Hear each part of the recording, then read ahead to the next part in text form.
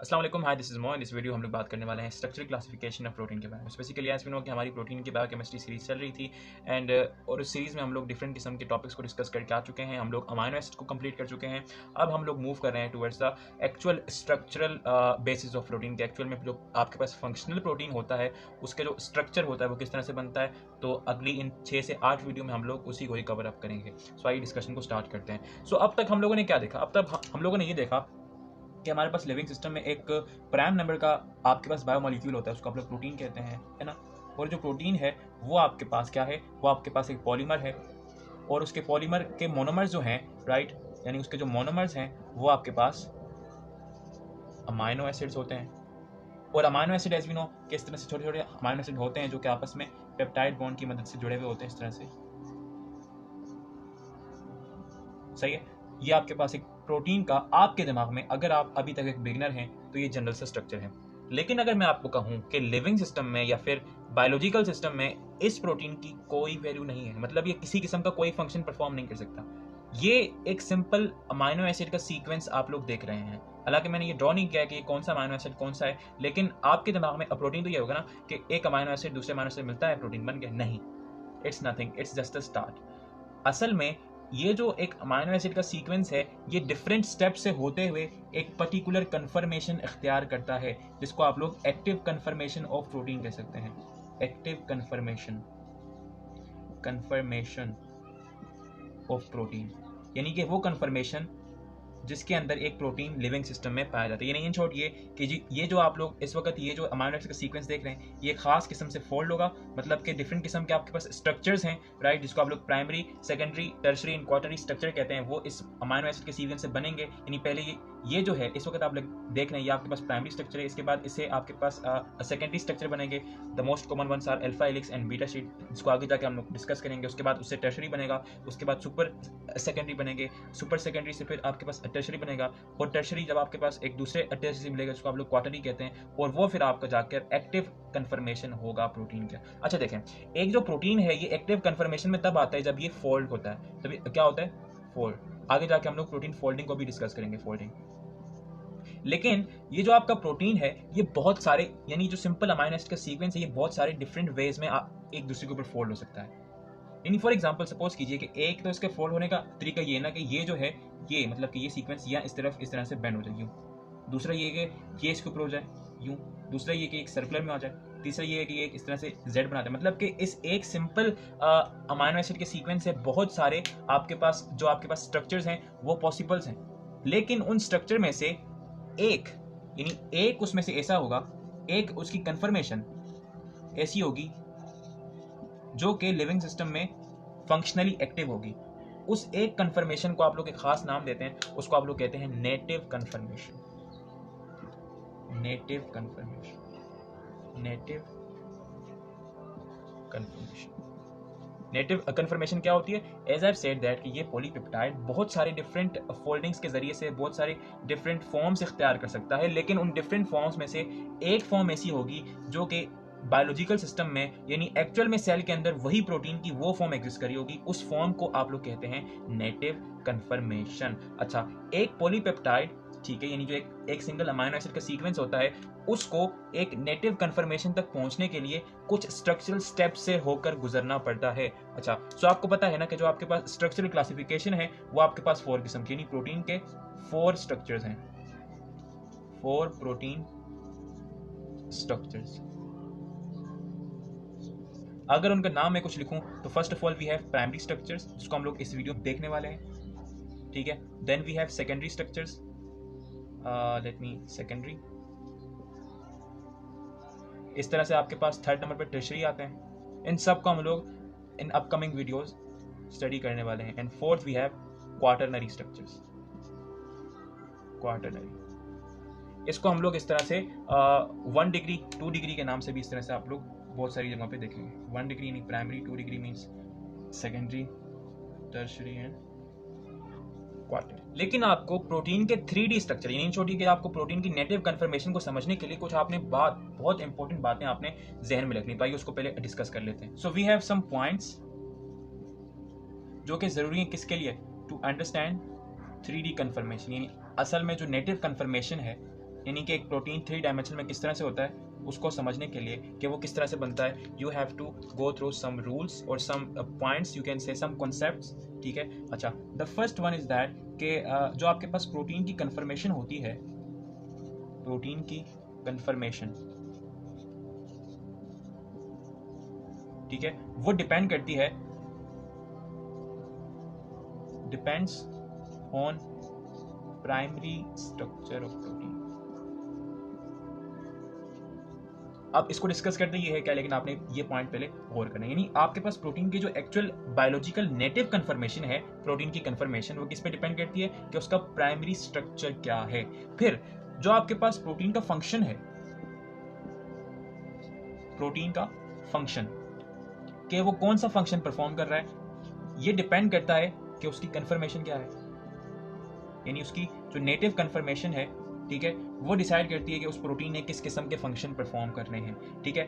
और third point is that कि मोर than one native conformation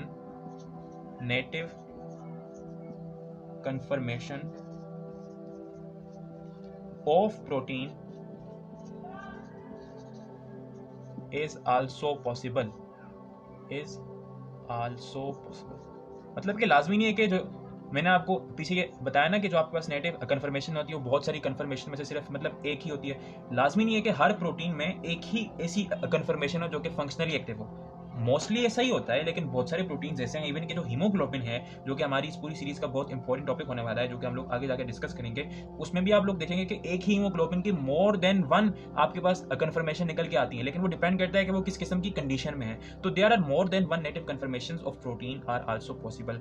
and आप लोगों ने एक बात याद रखनी है कि जो आपके पास नेटिव कन्फर्मेशन है, नेटिव कन्फर्मेशन वो डिपेंड कर रही होती है किस चीज के ऊपर, नॉन कोवेलेंट इंटरेक्शंस के ऊपर, नॉन कोवेलेंट इंटरेक्शन। अगर आपने वीडियो नहीं देखी तो आप लोग वाटर बायोकेमिस्ट्री पे मेरे ही चैनल पे जाके देख सकते हैं, या कहीं से भी देखें आप, नॉन कोवेलेंट इंटरेक्शन आप समझ लें। अच्छा, what do you mean by that? Non covalent interaction means hydrogen bond, hydrophobic interactions, electrostatic interaction. तो इस किस्म के जो नॉन कोवेलेंट इंटरेक्शंस होते हैं in between different groups inside a protein, वो आपके नेटिव कन्फर्मेशन को स्टेबलाइज कर रहे होते हैं। यू कैन से दैट ये जो आपके पास नेटिव कन्फर्मेशन है ये इसकी स्टेबिलिटी में इन्वॉल्व है, they are involved in the stabilization. So ये चार चीजें आपने इसको लिख लेना है, आपने इसको याद रखना है, नोट रखना है कि for studying the protein you need this four basic thing. Protein की जो कन्फर्मेशन है, ठीक है, वो डिपेंड करती है कि उसका प्राइमरी स्ट्रक्चर क्या है, मतलब कि प्रोटीन एक खास शेप में जो है वो आएगा, वो किस चीज पे डिपेंड करता है कि उसकी प्राइमरी जो उसका स्ट्रक्चर है। इसको भी डिस्कस करते हैं क्या है, बिकॉज इसको मैंने थोड़ा सा सस्पेंस रखा है, क्योंकि इसके बाद वाला जो टॉपिक है वो इसके ऊपर ही है कि प्राइमरी स्ट्रक्चर होता क्या है। तो जो आपके पास प्रोटीन की कन्फर्मेशन है वो इसके ऊपर डिपेंड करती है प्राइमरी स्ट्रक्चर के ऊपर। फिर जो एक प्रोटीन कौन सा फंक्शन परफॉर्म करेगा ये आपके पास डिपेंड करता है कि उसके पास जो उसकी प्रोटीन की कन्फर्मेशन है वो किस किस्म की है। कन्फर्मेशन डिसाइड करती है कि उसने किस किस्म का। अच्छा, now what do you mean by confirmation, शायद आपको ये भी ना पता हो। कन्फर्मेशन ये कि वो 3 डायमेंशनल स्पेस में, मतलब कि वो स्पेस में किस 3D पोजीशन में, मतलब कि उसके मतलब कि एक प्रोटीन के अंदर, for example there is a protein, उसके अंदर जितने भी ग्रुप्स हैं, मतलब जितने भी मॉलिक्यूलर ग्रुप्स हैं, फॉर एग्जांपल अमाइन है, कोई R ग्रुप लगा हुआ, कोई हाइड्रोजन है, वो स्पेस में किस 3D ओरिएंटेशन में है, मतलब कि 3D ओरिएंटेशन क्या है उनके ग्रुप्स की, 3D orientation. I hope you can see that. वो जो 3D ओरिएंटेशन है उसको आप लोग कन्फर्मेशन कहते हैं। लेकिन अब भी अगर आपको ये कन्फर्मेशन नहीं समझ आई तो उसको फिर आपको वापस जाना पड़ेगा, लेकिन इस बार आपको कार्बोहाइड्रेट वाले में जाना पड़ेगा, बिकॉज उसके अंदर मैंने आई थिंक सो कि मैंने वहाँ पर कन्फर्मेशन एंड कन्फिग्रेशन को डिस्कस कर दिया। In the stereoisomerism of carbohydrate you can find out that कि कन्फर्मेशन एंड कन्फिग्रेशन क्या होती हैं। अच्छा, सो प्रोटीन की जो फंक्शन है वो डिपेंड करता है उसकी कन्फर्मेशन के ऊपर। ये दो चीज़ें आपने बहुत याद रखनी। Now more than one native confirmation, जैसा मैंने बताया, ये भी पॉसिबल है, लेकिन मोस्टली एक प्रोटीन की एक ही नेटिव कन्फर्मेशन या फिर एक्टिव कन्फर्मेशन आप कह सकते हैं वो होती है, और जो नेटिव कन्फर्मेशन है it is stabilized by the non covalent interactions. अच्छा, अब सवाल ये पैदा होता है कि व्हाई डज अ प्रोटीन, ठीक है, फ्रॉम इट्स प्राइमरी स्ट्रक्चर, यानी छोड़िए कि उसके एक सिंगल पॉलीपेप्टाइड के सीक्वेंस से वो आपके पास एक नेटिव कन्फर्मेशन में आता क्यों है? एक रीजन तो ये है ना कि उसने एक फंक्शन परफॉर्म करना है, लेकिन वो तो एक नेटिव कन्फर्मेशन के आने के बाद वो चीज होती है, लेकिन वो उस नेटिव कन्फर्मेशन में आता क्यों है? ये चीज सबसे पहले एक क्वेश्चन है, लेकिन इसको समझने से पहले हमको थोड़ा सा थर्मोडायनामिक्स का सहारा लेना पड़ेगा। सो अब आइए उसको डिस्कस करते हैं। सो जब एक पॉलीपेप्टाइड सो जब एक पॉलीपेप्टाइड इन छोटी एक अमाइनो एसिड के इस तरह से सीक्वेंस अपने आप को एक कन्फर्मेशन में ढालता है, यानी एक खास किस्म की कन्फर्मेशन इख्तियार करता है, सो उससे उस पॉलीपेप्टाइड की जो स्टेबिलिटी है वो जो है वो इंक्रीज करती है। राइट, फॉर एग्जाम्पल ये इस स्टेट से इस कन्फर्मेशन में आ गया। क्यों? देखें, जब ये स्टेट होता है तो इसके पास डिफरेंट किस्म के ग्रुप्स होते हैं। फॉर एग्जाम्पल यहाँ पर ये इसका एन टर्मिनल, इसको हम लोग आगे डिस्कस करते हैं वो क्या है। मतलब इन शॉर्ट ये कि यहाँ पर इस तरह से NH3 ग्रुप लगा हुआ है, यहाँ पर इसके पास COO नेगेटिव है, यहाँ पर इसके ऊपर पॉजिटिव चार्ज होता है, यहाँ पर इसके पास फ्री आपके पास R ग्रुप हो गए। इन सब के अगर ये आपके पास एक सिंगल स्टेट चेन है पॉलीपेप्टाइड के, सबके R ग्रुप्स होंगे जो कि अगर वो चार्जेबल हैं, ठीक है, तो वो रिएक्शन के लिए बिल्कुल रेडी होंगे। और आपको पता है कि इर्द गिर्द वाटर होता है, बहुत सारे आयंस होते हैं जो कि इनके साथ रिएक्ट करते हैं। मतलब कि एक स्टेट फॉर्म में एक पेप्टाइड जो है वो क्या है, अनस्टेबल है। ये इन शॉर्ट ये कि रिएक्टिव है। रिएक्टिव मतलब कि it can react with anything which wants to react. लेकिन जब एक पॉलीपेप्टाइड अपने आप को एक खास नेटिव कन्फर्मेशन में ढालता है तो उसके जितने भी ग्रुप्स हैं, जितने भी R ग्रुप्स हैं, जितने भी रिएक्टिव ग्रुप्स हैं, वो एक दूसरे के साथ इंटरेक्ट कर लेते हैं। एक दूसरे के साथ इंटरेक्शन की वजह से वो उसके जितने भी ग्रुप्स होते हैं वो बिजी हो जाते हैं। बट इन दिस केस अगर कोई चीज फॉर एग्जाम्पल एक सोडियम पॉजिटिव आया एक नेगेटिव R ग्रुप से रिएक्ट करने के लिए, अगर ये यहाँ पर होता तो ये रिएक्ट कर जाता, बट अब इसका R ग्रुप यूज हो चुका है, यानी अब बिजी है, तो अब ये चीज इसके साथ रिएक्ट नहीं कर सकती, यानी अब ये जो है ये स्टेबल हो गया है, नॉन रिएक्टिव हो गया है। इन शॉर्ट ये कि अगर आप एक पॉलीपेप्टाइड और एक उसकी नेटिव कन्फर्मेशन के दरमियान उसकी जो फ्री एनर्जी का चेंज है, यानी उसका जो डेल जी है, गिब्स फ्री एनर्जी का चेंज है, अगर आप देखें तो वो -20 से -60 तक क्या होता है, -60 किलो जूल पर मोल।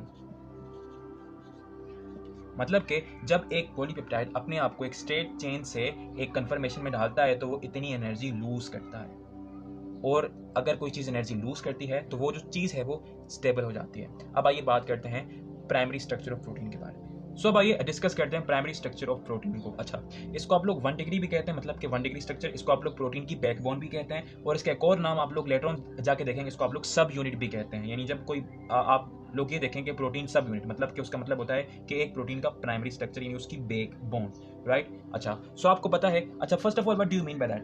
Primary structure is defined as the particular sequence of amino acid is known as primary structure। यानी कि what is that? A particular sequence of amino acid is known as primary structure। यानी आपको पता है कि जो आपके पास DNA होता है, अगर बिल्कुल बेसिक से बात की जाए, राइट, तो उसके पास इस तरह से डिफरेंट किस्म के नाइट्रोजनस बेसिस लगी होती है, राइट। फॉर एग्जांपल अगर मैं यहाँ DNA की बात करूँ, इसी ओपन स्टैंड की बात करूँ, तो आपको पता है कि DNA से बनता है mRNA, जो भी इस तरह से बाय नेचर सिंगल स्टैंडर्ड होता है, ठीक है। और इस mRNA से, व्हाट इज दिस mRNA, इस mRNA से बाद में जाकर आपका प्रोटीन बनता है। और इस प्रोटीन के यानी कि इस जो आपके पास पॉलीपेप्टाइड का सीक्वेंस होगा, इसके ऊपर कौन कौन से अमाइनो एसिड होंगे, ये डिसाइड कौन करता है? कि ये डिसाइड करता है वो mRNA जो कि एक DNA से आया है, उसी mRNA को रीड करके राइबोसोम से एक प्रोटीन बनाता है। यानी इन शॉर्ट ये कि एक particular sequence of amino acid को, यानी खास सीक्वेंस है ना, मतलब कि कोई भी ऐसा नहीं कि कोई भी अमाइनो एसिड आके जुड़ गया, इस mRNA को देखा गया, ठीक है, और उसके बिहाफ के ऊपर इसको रीड करके जो सी इंस्ट्रक्शन थी उसकी बिहाफ के ऊपर एक खास अमाइनो एसिड tRNA लेके आया और उसने उस राइबोसोम के साथ मिलाया और एक पेप्टाइड, एक पॉलीपेप्टाइड की लंबी सी चेन जो है वो बनाई। बट अब हम लोग कुछ इंपॉर्टेंट चीजें डिस्कस करने वाले हैं कि क्या कोई भी आपके पास जो आपके पास अमाइनो एसिड सीक्वेंस है उसको आप लोग प्राइमरी स्ट्रक्चर कहते हैं? नहीं, पर्टिकुलर, खास। फॉर एग्जाम्पल मैं यहाँ पर एक एग्जाम्पल के तौर पर आपको एक अमाइनो एसिड के 2 सीक्वेंस देता हूँ और आपसे कुछ पूछता हूँ। फॉर एग्जाम्पल ग्लाइसिन, एलानिन, ये अमाइनो एसिड्स के नाम है, serine, valine and threonine. And on the other hand alanine, threonine, glycine, serine and valine, and all of them are joined together as we know by peptide bond। ठीक है, अच्छा तो देखें ये 2 पेप्टाइड्स हैं, this is 1 and this is 2, 1 glycine 1 glycine, 1 alanine alanine, serine serine, valine valine, threonine, threonine, मतलब के same number है एंड सेम टाइप, लेकिन इसमें सिर्फ और सिर्फ जो ऑर्डर है, ऑर्डर कि किस तरतीब से जो अमाइनो एसिड वो आपस में अटैच हैं वो डिफरेंट है। सिर्फ ऑर्डर के चेंज होने की वजह से क्या ये प्रोटीन्स चेंज हो रहे हैं या नहीं? The answer is yes, this two proteins are totally different from each other. वो जो आपके पास बेसिक्स अमाइनो एसिड हैं वो तो 20 किस्म के हैं, 20 कॉमन अमाइनो एसिड, लेकिन वो डिफरेंट ऑर्डर से आपस में अटैच होकर, डिफरेंट नंबर से आपस से अटैच होकर डिफरेंट किस्म के, यानी अप टू 20 to 30,000 डिफरेंट किस्म के प्रोटीन सिर्फ और सिर्फ 20 कॉमन अमाइनो एसिड मिलकर बनाते हैं। तो अगर इतनी वैरायटी है सेम अमाइनो एसिड, तो डिफरेंस क्या है? The order in which the amino acid. That's why मैंने लिखा कि एक पर्टिकुलर सीक्वेंस, सीक्वेंस मींस कि कौन सा अमाइनो एसिड कब आ रहा है, सीक्वेंस चेंज हुआ, सब कुछ चेंज हो गया। So basically what primary structure is? Primary structure is the sequence, a particular sequence or the particular order of amino acid which are attached to each other via peptide bond. I think I have to complete this definition ताकि आप लोग लिख सकें। So I hope so कि आपको ये example अच्छी तरह से समझ आई होगी कि किस तरह से हम लोगों ने ऑर्डर चेंज किया और सब कुछ चेंज हो गया। देखें, a particular sequence of amino acid which are attached to each other via peptide bond is called your primary structure of amino acid। अच्छा, अब कुछ बातें इसमें नोट करने की हैं, वो ये है कि फॉर एग्जांपल आपके पास एक पॉलीपेप्टाइड है, ठीक है, जो कि आपके पास 10 अमाइनो एसिड के ऊपर कंस्टिट्यूट करता है। For example 1 2 3 4 5 1 2 3 4 5 6 7 8, for example 9, just 9 like that, 9 amino acid आते हैं। अच्छा, इस 9 अमाइनो एसिड्स में से तो जो कॉर्नर्स के अमाइनो एसिड्स होंगे उनमें से एक होगा N terminal amino acid, NH3 positive, और एक होगा C terminal, this is N terminal and this is C terminal. अच्छा, ऐसा क्यों? देखें, जो एक अमाइनो एसिड होता है एज वी नो कि उसके पास एक कार्बोक्सिलिक एसिड होता है, एक अमाइन होता है, लेकिन अगर वो बीच में है तो उसके दोनों यानी कार्बोक्सिलिक एसिड भी और अमाइन भी पेप्टाइड बॉन्ड बनाने में बिजी हैं। लेकिन जो एंड वाले होंगे उनमें से एक का अमाइन ग्रुप और एक का कार्बोक्सिलिक ग्रुप फ्री होगा। जिसका अमाइन ग्रुप फ्री होगा उस एंड को, पॉलीपेप्टाइड के उस एंड को आप लोग एन टर्मिनल कहेंगे, और पॉलीपेप्टाइड में वो एंड जहां पर एक कार्बोक्सिलिक एसिड यानी एक अमाइनो एसिड जिसका कार्बोक्सिलिक एसिड है, ठीक है, जो फ्री है, उसको आप लोग सी टर्मिनल कहेंगे। N terminal is positively charge and C terminal is negatively charge. ये बात आपने याद रखनी है। और इसके बाद एक और बात जो आपने याद रखनी है वो है इनकी नेमिंग के बारे में। नेमिंग कि अगर आपको एक पर्टिकुलर ऑर्डर से एक पॉलीपेप्टाइड को नेम करना हो तो आप किस तरह से करेंगे। फॉर एग्जांपल सपोज कीजिए कि मैं यहाँ पर एक टेट्रापेप्टाइड लेता हूँ। अच्छा, आपको ये तो पता है ना कि डाइपेप्टाइड मीन्स एग्जैक्टली जिसके पास 2 अमाइनो एसिड आपस में अटैच हो, डाइपेप्टाइड, राइट। इस तरह से आप ट्राई भी ले सकते हैं, ठीक है, टेट्रा, और टेट्रा के बाद जितने भी होंगे उनको आप लोग पॉली कहेंगे, सॉरी ओलिगो कहेंगे। एंड जो आपके पास 10 से ज़्यादा होंगे, ग्रेटर देन 10, उनको आप लोग पॉलीपेप्टाइड कहेंगे। So this was dipeptide, tripeptide and tetra, oligo and poly. अच्छा, सो आई होप सो कि आपको इसके बारे में, ये तो बहुत ही बेसिक सी बात है, अगर आप इस स्टैंडर्ड पे पढ़ें तो आपको ये तो मतलब ये तो आना चाहिए। अच्छा, नाउ इज दैट की नेमिंग। फॉर एग्जांपल यहाँ पर एक टेट्रापेप्टाइड में लेता हूँ valine and glycine, then we have proline, ठीक है, and then we have threonine. अच्छा, ये आपका जो है वो सी टर्मिनल है, दिस इज, यानी कि यहाँ पर सी डबल नेगेटिव है, और ये आपके पास एन टर्मिनल। अच्छा, अगर इनकी नेमिंग की जाए तो इनकी नेमिंग कुछ इस तरह से की जाएगी कि सिवाय सी टर्मिनल के जितने भी अमाइनो एसिड्स होंगे, ठीक है, उनके एंड में YLE एक सफिक्स लगेगा। क्या लगेगा? अ सफिक्स जो क्या है YL। फॉर एग्जाम्पल अगर मैं इसको नेम करूं, सो वेलिन ना, तो मैं लिखूंगा वेलिनाइल, जिस ऑर्डर से है उस ऑर्डर से नाम लिखना है, वेलिनाइल, वेलिन से वेलिनाइल। अच्छा, कोई गैप नहीं देना। देन वी हैव ग्लाइसिन, तो मैं लिखूंगा ग्लाइसिनाइल, सिर्फ और सिर्फ पहले अमाइनो एसिड यानी एन टर्मिनल अमाइनो एसिड का पहला वर्ड कैपिटल, बाकी सब स्मॉल। उसके बाद आपके पास प्रोलिनाइल, और जो एंड वाला होगा उसको एज इट इज यानी थ्रियोनिन।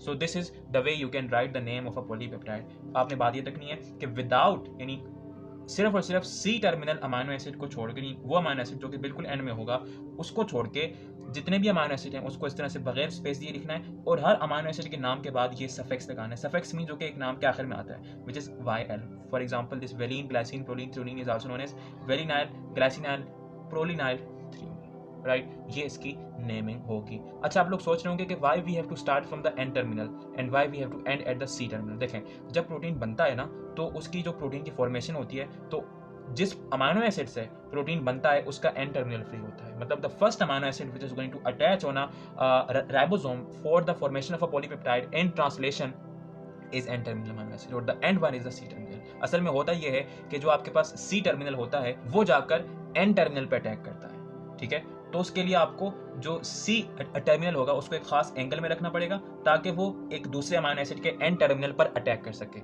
एन टर्मिनल अटैक नहीं कर सकता, तो दैट्स वाई ये फ्री होता है, मतलब इनिशियली फ्री होता है, और ये तो होता ही फ्री है बिकॉज ये एंड में होता है। सो ये था आपके पास primary structure and structure classification of protein. I hope so कि आपको ये बात समझ आई होगी, लेकिन आपने ये बात याद रखनी है कि primary structure is the particular, एक भी अमाइनो एसिड चेंज नहीं होना चाहिए। आपको एक मजे की एग्जांपल दूं, लेटर ऑन जाके हम लोग सिकल सेल एनीमिया डिस्कस करेंगे। सो उसमें हम लोग ये देखेंगे कि जो आपके पास सिकल सेल एनीमिया है, एक खास किस्म की ब्लड डिजीज है, उसमें जो आपके आरबीसीज होते हैं, रेड ब्लड सेल्स होते हैं, वो खराब होते हैं। अच्छा, आपको पता है कि वो जो आरबीसी के खराब होने की वजह होती है वो होता है डिस्टर्ब या फिर अनयूजुअल या फिर diseased haemoglobin. Haemoglobin is a protein. अच्छा, मजे की बात यह है कि उस हीमोग्लोबिन जो कि ऑलमोस्ट एक आप लोग ओवरऑल उसको 300 अमाइनो एसिड लॉन्ग एक प्रोटीन उसमें होता है, ठीक है, और उस 300 अमाइनो एसिड लॉन्ग प्रोटीन में सिर्फ और सिर्फ एक सिंगल अमाइनो एसिड जो है उसकी जगह पर एक दूसरा अमाइनो एसिड लगा होता है। यानी एक सिंगल अमाइनो एसिड की चेंज की वजह से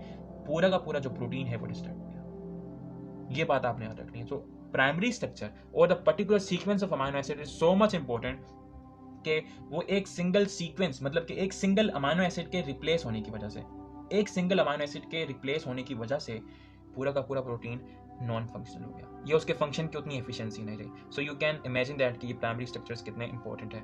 so that was it with this video. I hope so कि आपको ये जो प्राइमरी स्ट्रक्चर्स हैं, ये इंश्योर ये जो स्ट्रक्चर क्लासिफिकेशन है, ये आपको बेसिकली समझ आई होंगी। So if you like this video so please share this video with your friends and anyone जिसको भी इस वीडियो की जरूरत है। अपना बहुत सारा ख्याल रखेगा। Thank you so much for watching. Take care yourself. Good bye.